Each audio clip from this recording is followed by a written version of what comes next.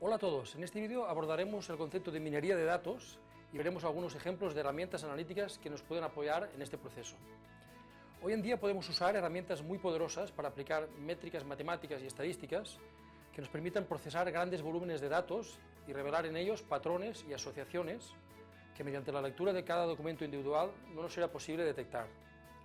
De este modo podemos obtener conocimiento útil de, por ejemplo, toda un área tecnológica o dominio. Este proceso a menudo se denomina minería de datos y se puede definir de la siguiente forma. La minería de datos, o el descubrimiento de conocimiento en bases de datos, en inglés data mining o knowledge discovery in databases, es el proceso de extraer información relevante de bases de datos estructuradas, analizarla e interpretarla de acuerdo con los objetivos de la organización. Otra definición de minería de datos sería el proceso de descubrimiento de patrones en grandes conjuntos de datos para extraer información y transformarla en una estructura comprensible para su uso posterior. La minería de datos es pues un concepto muy importante para la vigilancia tecnológica. Veamos con un poco más de detalle cómo funciona. El esquema de la figura ilustra a grandes rasgos el proceso de minería de datos. Incluye tres fases principales. La primera fase es la fase de pretratamiento. Es necesaria para obtener un corpus de datos limpio.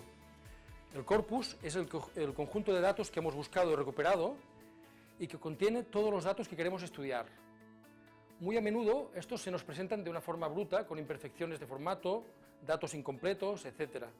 Y por ello necesita ser limpiado o homogeneizado. Tenemos que separar descriptores, reorganizar las columnas de variables, identificar o reemplazar datos que faltan. Desafortunadamente, casi siempre hay que hacer este tipo de pasos algo engorrosos, pero necesarios. Es lo que se conoce como data wrangling. Una vez que el corpus está limpio, podemos tratarlo. Podemos aplicar varios procesos estadísticos y métricas. Van desde simples recuentos de frecuencias a cruzar campos de datos y estudiar concurrencias. Es decir, por ejemplo, detectar una misma palabra que aparece simultáneamente en dos o más registros. O podemos estudiar citas, en el caso de publicaciones, por ejemplo. También podemos modelar regresiones para predecir tendencias futuras, si estamos tratando con series temporales. En fin, pueden aplicarse varios procesos analíticos. Por último, podemos generar algunas visualizaciones, con el fin de poner de relieve aspectos interesantes. Podemos utilizar para ello histogramas, matrices, grafos de red, mapas y otros. Por tanto, en última instancia, podemos obtener algunos resultados interesantes que nos revelen aspectos descriptivos del conjunto de datos, tales como quiénes son los principales actores, proyecciones y evolución de su actividad a través del tiempo, redes de colaboración, agrupaciones temáticas, líneas de investigación o áreas de especialización de las organizaciones y muchas otras dependiendo del tipo de datos que estamos tratando. Podemos usar gran cantidad de herramientas para apoyar las distintas fases del proceso analítico.